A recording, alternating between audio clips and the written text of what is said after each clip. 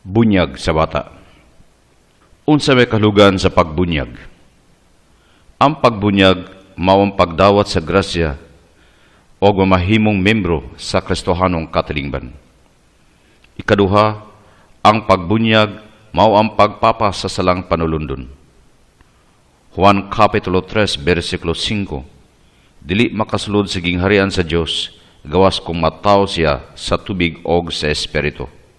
Unsay gyud dinhi, dili makasulod sa gingharian sa Dios gawas kung mataw siya sa tubig og sa espiritu. Og kini mao ang sakramento sa bunyag. 1 Pedro Kapitulo 3, versikulo 21, nga naghulagway sa bunyag nga karon nga nagluwas kaninyo. Dili pinaagi sa paghugas sa buling sa iyong lawas, kundi dili pinaagi sa saad nga gihimo ngadto sa Dios gikan sa usa ka maayong konsensya. Ang bunyag nagluwas kaninyo pinaagi sa pagkabanhaw ni Hesukristo. Unsa gyud dinhi, ang bunyag nagluwas kaninyo pinaagi sa pagkabanhaw ni Hesukristo. Busa ang bunyag di ay usa kini ka sakramento nga atong gikinahanglan aron sa pagdawat sa grasya din kita mamahimong membro sa Kristohanong katilingban og usab sa pagpapas sa salang panulundon. Anabay basihanan ang pagbunyag sa mga bata? Mga kaigsunan, anatay basihanan sa pagbunyag sa bata. Atong basahon ang buhat Kapitulo 16, versikulo 14 hangtod 15, din kini naghisgot sa pagbunyag sa panimalay ni Lydia. Giingon, usa ni adtong namati kanamo mao si Lydia nga taga Tiatira, nga namaligyag panapton nga dagtong pula. Mahadlok siya sa Dios og ang Ginoo nag-abli siyang kasing-kasing aron pagdawat sa mensahe ni Pablo. Gibunyagan siya og ang tibok niyang panimalay. Unya iya kaming gidapit, diri kamo abot sa akong balay kung giisip ninyo ako nga tinuod nga magtutuo sa Ginoo. Og wala gid siya pabalibad. Unsa giingon dinhi, gibunyagan siya og ang tibok niyang panimalay. Moingon gani kitag panimalay, apil na dinha ang mga kabataan. Lahi nga teksto, buhat Kapitulo 16, versikulo 31 hangtod 34, kini naghisgot sa pagbunyag sa tibok panimalay sa gwardya sa presuhan. Atong basahon, sila mitubag, tuo sa Ginoong Hesus og maluwas ka, lakip ang imong panimalay. Unya siya og ang tanang sakop sa iyang panimalay, giwalihan nila sa pulong sa Dios.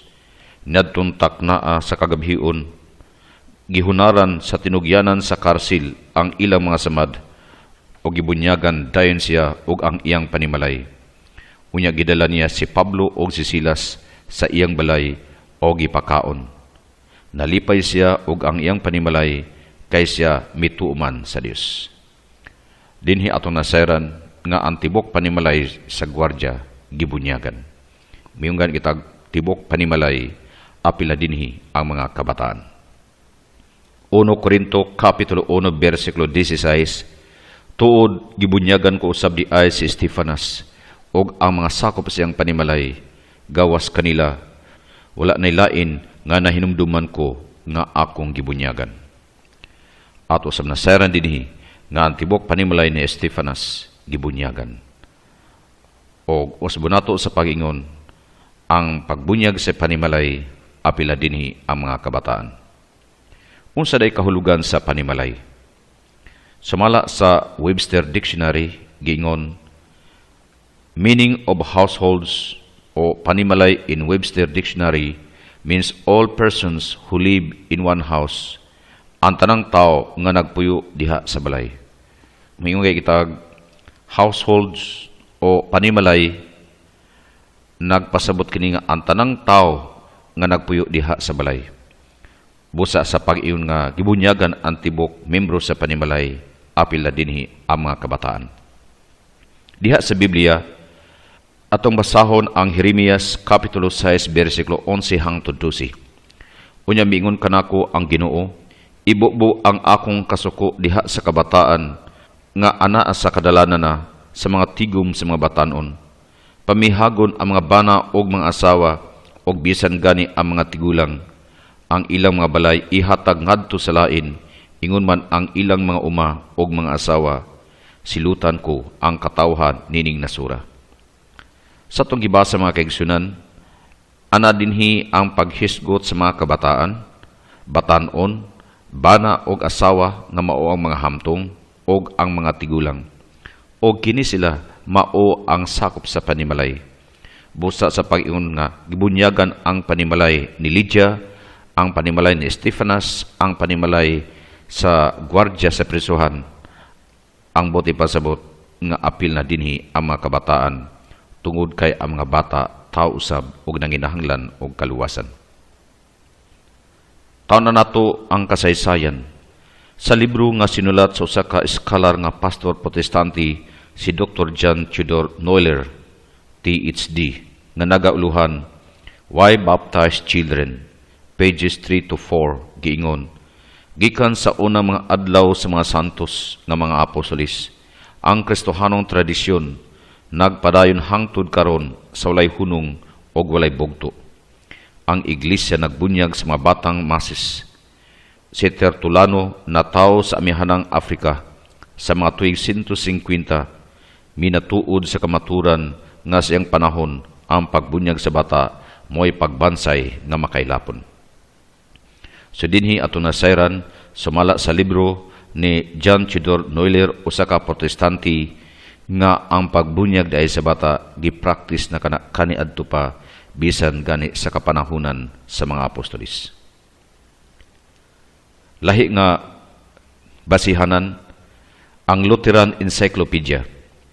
Ang Lutheran Encyclopedia nagaingon usab gikan sa apostolikanhong panahon hangtod na sa pagtungha sa tinuuhang anabaptismo. Sa ika-16 kagatusan katuig, ang doktrina sa pagbunyag sa bata walay usa nga malalis. Unsa giingon dinhi, ang doktrina sa pagbunyag sa bata walay usa nga malalis. Busa kini pagbunyag diay sa mga kabataan kaniadto ra kini sa kapanahunan sa mga apostolis. Unsa may mga papel sa maginikanan diha mismo sa pagbunyag. Atong basahon ang Mateo kapitulo 21 bersikulo 16, giingon, busa mingon sila kang Jesus, nakadungog ka ba sa ilang gisulti? Si Jesus mitubag, oo, nakadungog ako. Wala ba day kamo makabasa ning bahina sa kasulatan nga naingon, ang mga bata og ang mga gibansay mo sa paghalad og hingpit nga pagdaig kanimo? Unsa giingon dinhi, mga bata og ang mga gibansay mo sa paghalad og hingpit nga pagdaig kanimo. So anak ka ng paghisgot sa pagbansay sa mga kabataan, pagbansay kanila sa pagsimba, pagbansay kanila sa paghalad, muna mukamin dinhi ang papel sa mga ginikanan, nga mao ang paghatag og pagtulunan, panig-ingnan ngadto sa mga kabataan. Labi na ang pagbansay kanila diha sa paghalad, pagbansay kanila sa pagka-maampon. Mateo kapitulo 18 bersikulo 4, sa mao nga pagkaagi ang inyong amahan yaunta sa langit, dili buot nga may mawala bisag usa ninim nga gagmay mga bata. Unsa giingon dinhi? Dili gusto sa Dios nga amahan nga ang sa kabata mawala. Kay ang gagmayng bata gimahal ka na sa Dios. Busa usa kini ka invitasyon hagit ngadto sa mga ginikanan ang pagmatuto sa mga kabataan, ang paghatag kanilang pagtulunan o maayong panig-inan, ang pagdala sa mga kabataan ngadto sa simbahan aron ang mga bata makila sa Dios, makila kang Kristo sa ilang kinabuhi. Ug ang mga bata tao og dili hikawan ang mga bata sa sakramento sa bunyag. Marcos kapitulo 10 bersikulo 14 hangtod 15, sa pagkaalinggat ni Jesus nini, nasuko siya, mingon sa iyang mga tinun-an, paria kanako ang mga bata, ayaw silag did-i kay ang gingharian sa Dios ila sama ni mga bata. Timan ininyo kini, ang dili mo dawat sa paghari sa Dios sama sa kabata, dili mahisakop nini. Usag iyon dinhi, paria kanako ang mga bata. Ayaw silag did-i kay ang gingharian sa Dios ila sama nini mga bata. So gimahal ni Jesus ang mga kabataan o kining mga kabataan dapat lang makadawat sa sakramento sa bunyag. kay ang gingharian sa Dios para usab sa mga kabataan. Adunay pagsupak ang may tungod sa sala nga panulundon. Usa sa mga rason nga atong gibunyagan ang bata tungod kay ang bata na ay sala nga panulundon. Og adunay mosupak niini kay para kanila walay salang panulundon og naay mga tekstong ilang gipangkutlo aron sa pagsupak nga walay sala nga panulundon. Ezekiel Kapitulo 18 versikulo 20 gingon, ang anak dili magapas-an sa kasal-anan samahan. Unsay gingon, ang anak dili magapas-an sa kasal-anan samahan. Busa kung ang una natong ginikanan si Adan og Siba nakasala, ang mga anak, ang misunod nga mga generations, ang mga kabataan, dili magapas-an sa kasal-anan nila ni Adan og Niba. Tungod niya na, walay sala nga panulundon.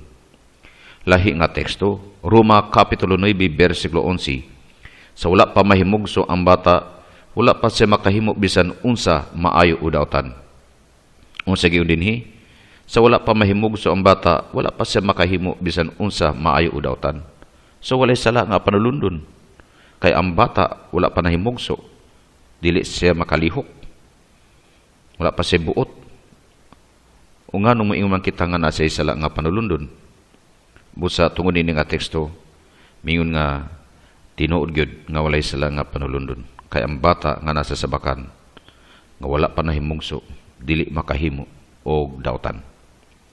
Lahi nga teksto 1 Juan Kapitulo 3 versikulo 4. Ang sala mao ang paglapa sa sugo sa Dios. Unsay gingon, ang sala mao ang paglapa sa sugo sa Dios. Nan unsaon man karon sa bata nga bag-o lang na tawo? Saon man karon sa bata sa paglapa sa sugo sa Dios? Nga wala man siya buot. Wala man siya nahibaw kung unsay maayo o dautan. So wala siya makalapa sa sugo sa Dios. So walay sala nga panulundon. Makigsunan, unsay may atong ikasulti nitong pagsupak mahitungod sa doktrina sa original sin. Makigsunan, pinasikad sa balaang kasulatan, adunay salang panulundon. Ug naay mga teksto nga atong mabasa, pagpakita nga naay sala nga panulundon.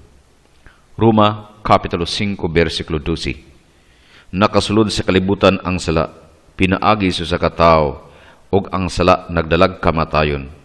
Busa may kaylap ang kamatayon ngadto sa tanang katawhan, kay nakasala man ang tanang tao. Unsa gingon dinhi? Kay nakasala man ang tanang tao. O ang bata usa ka tao. O ang bata di ay naay sala nga panulundon. Isaias Kapitulo 48 versikulo 8. Wala kamo makadungog ni masayod sukad sa karaang panahon. Wala kamo makabati kay nasayod ako nga magbudhi kamo. Ug sukad sa inyong pagkahimugso masupilon kamo. Unsay giun dinhi? Sukad sa inyong pagkahimugso masupilon kamo. Nan ang bata wala man ay buot. Wala man sa mahibaw kung unsay maayo o dautan. Nganong giingon naman dinhi nga sukad siyang paghimugso masupilo na. Kay di ay ana nay sala nga panulundon. Salmo Kapitulo 51 versikulo 5. Daotan ako sukad ako mahimugso, og makasasala sukad ako ipanamkon. Unsay gingon? Makasasala ako sukad ako ipanamkon. Sa to pa ana pa siya sa sabakan? Wa pa siya na tao, gipanamkon pa siya, apan makasasala na. So nasad kita nga ang sala maong pagsupak sa kabubuton sa Dios, ang sala maong paghimo og daotan. Nan unsaon man sa bata nga napa sa sabakan sa iyang inahan, nahimo na siyang usa ka makasasala. Kana nagpadayag lamang nga naay sala nga panulundon, nga bisan kung ang bata anapa sa sabakan, siya usa ka makasasala na. Ug unsa may atong ikasulti ni adtong pagbunyag nga dunay pagtuo. Makigsunan, adunay duha ka klase nga bunyag. Ang unang bunyag mao katong infant baptism, mao kini ang bunyag sa mga kabataan. Tungod kay adunay sala nga panulundon. Ang sala nga panulundon, dili kita mo'y responsable niya na, kundi ana kana mitapot na sa atong kinabuhi. Nangay kana sala man nga dili kita responsable niya na, kinahanglan nga kana sa wag tangon bisan kung wala kita nasayod ni ana. Ug ang ultimo nga pamaagi aron sa pagpapasasala nga panulundon mao ang sakramento sa bunyag. Nan simba ko kung ang bata mamatay nya wala sa nabunyagi. Giingon madinhi nga dawtan ako sukad ako mahimugso og makasasala sukad ako ipanamkon. Dili day makasulod sa langit ang bata. Kay walay tao nga makasasala nga makasulod sa langit. Kinsa man sa tuwa karon ang walay sala. Kung miong kita karon nga walay sala, kana usa kana ka spiritual pride. Damor nga magmalinis kita sa tong kagalingon, damor kita makasala. Kay kana spiritual pride, and pride is the mother of all sins. Ug ang bata nga nasa sabakan, usa na ka makasasala, nan kinahanglan nga sa makadawat sa sakramento sa bunyag. Kay simba ko kung walay bunyag ang bata, kita day responsable nga wala siya nakasulod sa langit. Kadtong giingon nga sa dili pa bunyagan walihan para kana sa mga hamtong. So adunay duha ka klase nga bunyag, infant baptism o ang ikaduha mao ang adult baptism. Ang adult o hamtong mao kadto ang walihan o kung doon na siya pagtuo, siya pagabunyagan. Diya sa Marcos Kapitulo 16, versikulo 15 hangtod 16 gingon, mingon siya kanila, panlakaw kamo sa tibok kalibutan, o isang yaw kining maayong balita, ngadto sa tanang mga tao, ang mutuo o magpabunyag maluwas, apan ang dili mutuo silutan. Kini siya para kini sa mga hamtong, nga walihan una, unya kung naipagtuo, siya pagabunyagan. Pero naik usa ka klase nga sala nga panulundon nga dili kita mo'y responsable nina. Kay bisag gani napakita sa sabakan ana na siya. Busa kinahanglan nga wag tangon bisag wa kita nahibalo niya na. Di kita makatubag sa pangutana. Ug ang ultimo nga pamaagi mao ang pagdawat sa sakramento sa bunyag. Ang walihan ug maghinulsol ug bunyagan mao ang mga dagko. Ang mga bata kinahanglan nga bunyagan tungod kay sila mga tao nga nanginahanglan sa kaluwasan. Juan Kapitulo 3, versikulo 5, gawas kon siya, mataw usab, dili siya makasulod siging harian sa Dios og ang bata tao usab. Mateo Kapitulo 18, versikulo 19, panlakaw kamo ngadto sa tanang katawhan sa tibuok kalibutan og himos lang akong tinun-an og bunyagi sila sa ngalan samahan og sa anak og sa Espiritu Santo. Og ang bata tao usab nga nanginahanglan og kaluwasan, nanginahanglan sa sakramento sa bunyag. 1 Kapitulo 16, versikulo 21, kung ang babay hapit na manganak, maguul siya, kay miabot naman ang iyang takna sa pag-antos.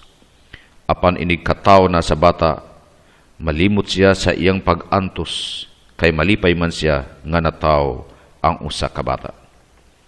So dinhi ato nasayran nga ang bata usa ka tawo ug ang bata nga usa ka tawo anay sala nga anak kaniya sukad siya nga gipanamkon ug ang maong sala nagkinahanglan sakramento sa bunyag.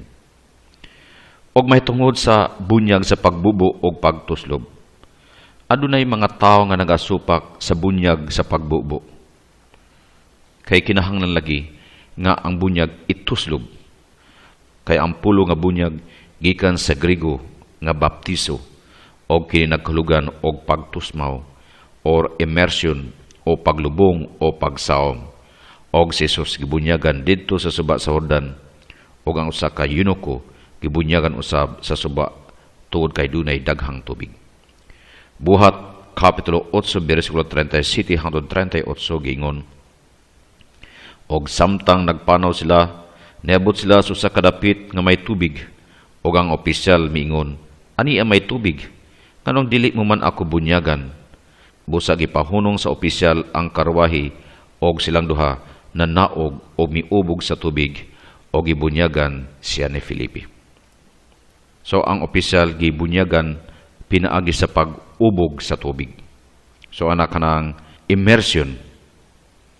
Og diha sa Roma Kapitulo 6 versikulo 34, ang bunyag mao ang paglubog nato sa atong kagalingon uban sa kamatayon ni Kristo. So ana kanang pag-ubog, ana ka ng paglubong, ana ka ng immersion. Busa, dili insakto ang pagbunyag sa pagbubo. Makigsunan, unsa may atong ikasulti na itong pagsupak, may tungod sa bunyag nga bubo o pagtuslob. Sa Grigo, ang pulong baptiso, dili sa tarang panahon nagkalugan og paglubong o pagtuslob. Kini usab nagkalugan sa pagbubo.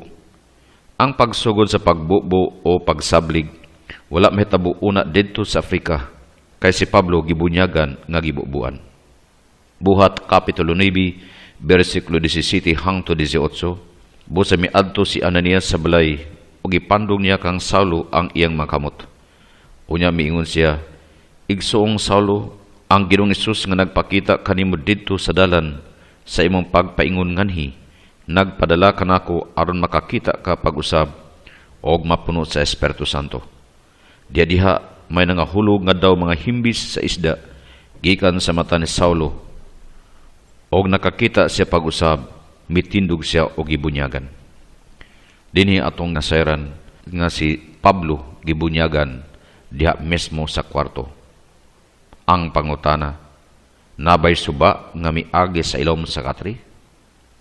Nabay sa pa nga miagi sa iyang kwarto diin siya gibunyagan nga immersion, nga gibunyagan siya pinagi sa paglubog o paglubong? Wala mga kaigsunan. Kung sa daing klase nga bunyag, ang bunyag sa pagbubo o sa pagtuslob. Episo Kapitulo 5, versikulo 26, gihimo niya kini aron paghalad sa iglesia ngadto sa Dios, pinagi siyang pulong, human niya kini hugasi sa tubig. Unsay pulong dinhi? Human siya hugasi sa tubig. So ang pulong nga hugas nga nag-refer kana sa sakramento sa bunyag. So, dili na katong immersion, paglubong o pag-ubog, kudli ang paghugas sa tubig.